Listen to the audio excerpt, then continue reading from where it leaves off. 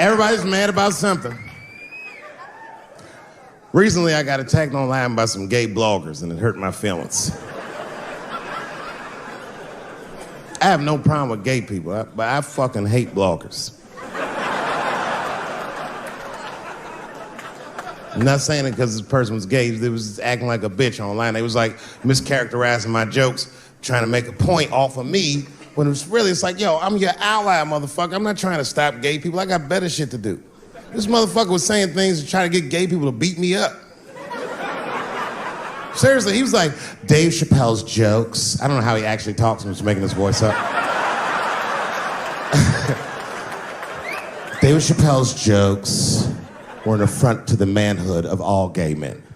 What the fuck does that mean? I didn't say anything that would allude to gay men not being men. I know you men. In fact, what could be manlier than fucking another guy in the ass? It's the most gangster shit I've ever heard of in my life. I told you I'm not cut out for that. I'm a pussy. You know what I said? That's all I said. First of all, I'll tell you right now what I said. And I will tell you that this was not a joke. It's a true story. And I just happened to tell it. All right, what happened was I went to a gallery party, all right? I don't know who in here has ever been rich before, but these are very nice parties. You know, wine and cheese and baller conversation. And there was a few eccentric types, one of which was a very wealthy man that happened to be wearing a dress. I don't know what you call man. This is a tranny or a drag queen, perhaps. Whatever it was definitely a man. And this man was definitely on drugs. I don't know what kind of drugs he's on, but I knew he had too much. He didn't look good. It's like this, he's like, he looked sick. And all his friends were standing around him, concerned, trying to revive him. I don't know whether it looked like some kind of gay CPR. There was fanning and shit.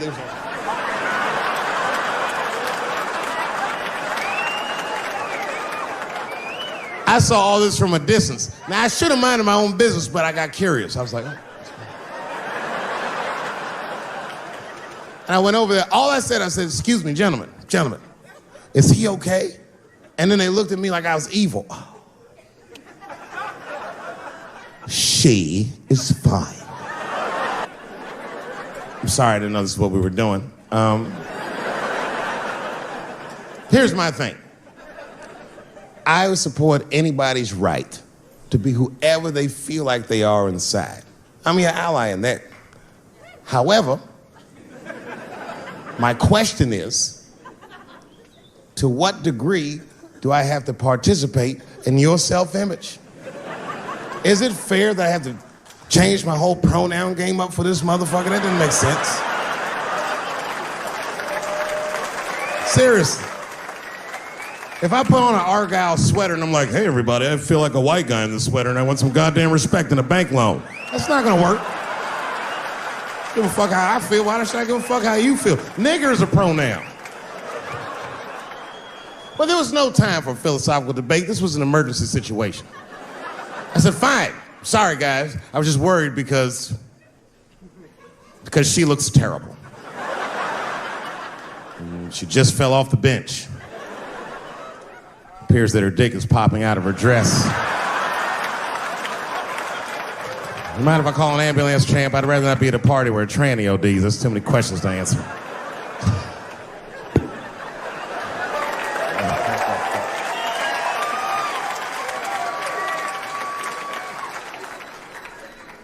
Okay, I've been through this before. I had a friend from high school. Now, in high school, this guy was a thug, right? He was a fucking dope boy. He did it all. He's a wild dude. People used to be very scared of him. And then after high school, word on the street was he'd come out the closet. I personally didn't believe it. I bring him up because last year, he calls me out of the blue like, yo, what's up, man? I got your number from so-and-so, and I heard you're gonna be in New York doing a show. Could I get some tickets? I was like, fuck yeah, get some tickets, man. How you been? He said, well, we'll catch up at the show, man, but yo, I appreciate it. I'll see you soon. I said, all right, man, take care. And I was about to hang up, and I couldn't resist. I was just like, hey, nigga, I heard you was gay. What's going on with that?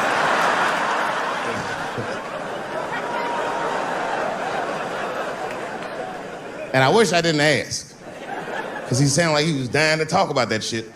And he had a long story about it. And it's not that I didn't care, but I was, I don't like talking on the phone. I was watching TV at the same time. So I just wasn't really paying attention like I should. But I was trying to sound supportive, but I didn't really know what to say. So I was just like mumbling shit throughout this conversation. I was just be like, nigga, you gay, man. You just gay. Like,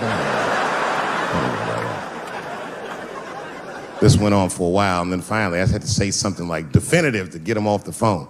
And I was like, hey, man, you know what? Don't let people get you down, all right? And the next time someone tries to make you feel bad about yourself, just remember, everybody fucks funny to somebody.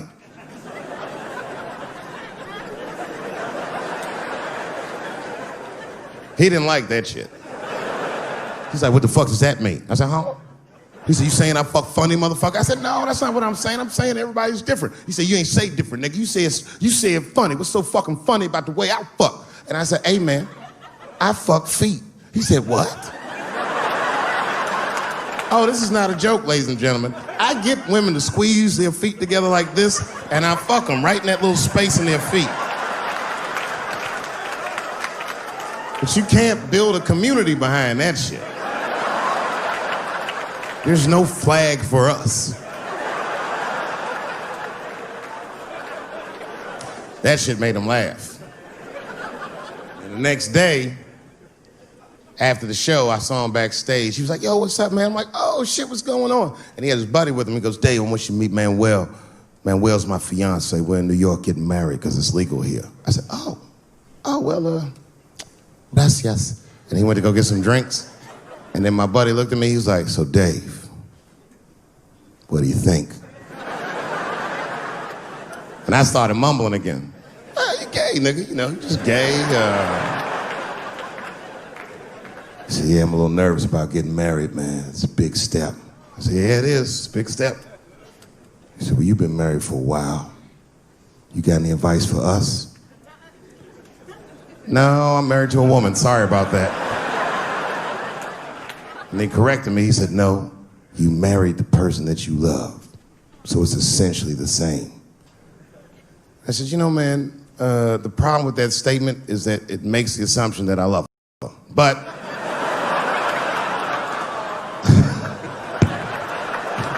you guys lighten the fuck up. Of course I love my wife. She laughs at this shit. As a matter of fact, she eats and spends this shit. You know what I told him? I told him, I said, you know what you should do, man? First of all, you shouldn't do it. I'm talking about being legally married. It's not that you're gay as much as just legal marriage is a fucking diabolical leverage game in the United States. I'm just being honest. Devoid of religious significance or the idea of love, marriage is nothing but an awful contract that you shouldn't sign. I'm just being real. Because you start out loving each other, and then like 2 years later, you're just building a case against one another for a hypothetical court date that may or may not ever happen. You throw being gay on top of that, that shit is explosive. Like I said, Ray Rice shit. Okay, right after Ray Rice went through all that shit, I was at a party and I met this kid, Michael Sams. You know Michael Sams? Very nice guy. He's the first openly gay NFL player. And Mike's a very nice guy, very brave guy. But when I met him, I couldn't help but thinking, his wife up in the elevator. Is that domestic violence, or is that just two niggas working shit out in the elevator? You know what I mean?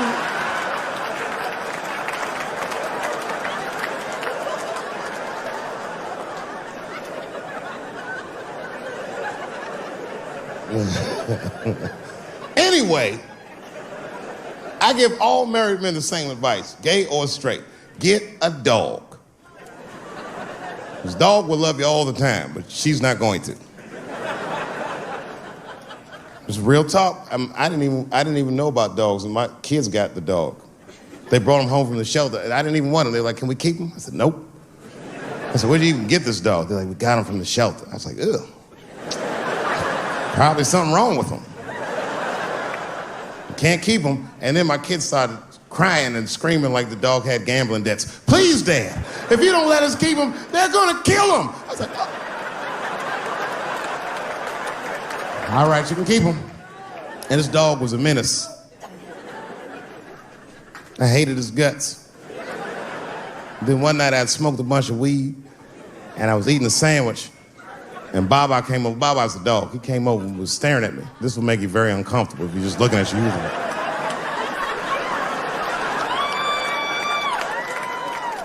I had to give him a piece of my sandwich so he'd go away. And that's how we became friends. Now, if you see me walking down the street with Baba, I ain't got no leash or nothing. He walks right next to me. If I stop, he'll stop. And if I go, he'll go. And all my friends are like, yo, Dave, that shit is dope. How you train Baba to do that shit? I've never trained Baba. I'm just a messy eater. If I drop food and Baba's not around, all I gotta do is call him. Baba! He's a black dude's dog, so he doesn't come right away. He peeks first to see what's going on.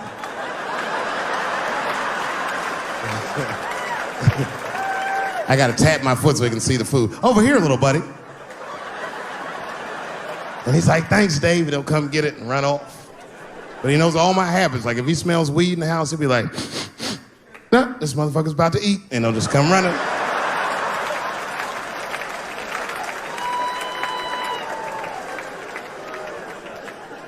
Baba got me through a very difficult time.